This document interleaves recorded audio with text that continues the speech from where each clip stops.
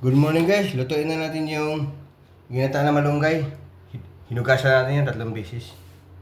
Lagay tayong mantika, konti lang. Isa natin yung baboy.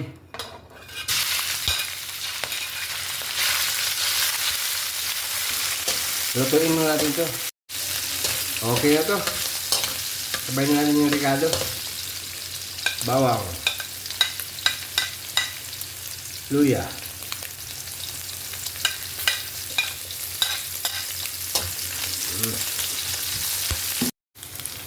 okay na to guys.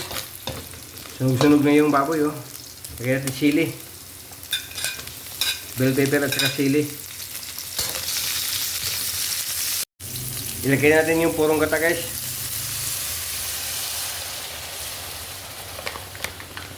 Pakuluin muna natin yan guys para medyo magsibo-sibo na siya, saka ilagay yung malunggay.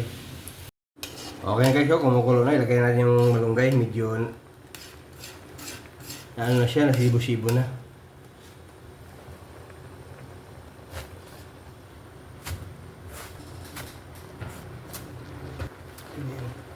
Haluin natin.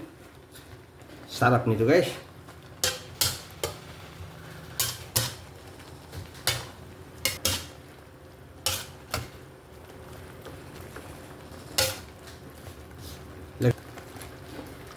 Sabay na natin yung ano guys, hipo na maliliit.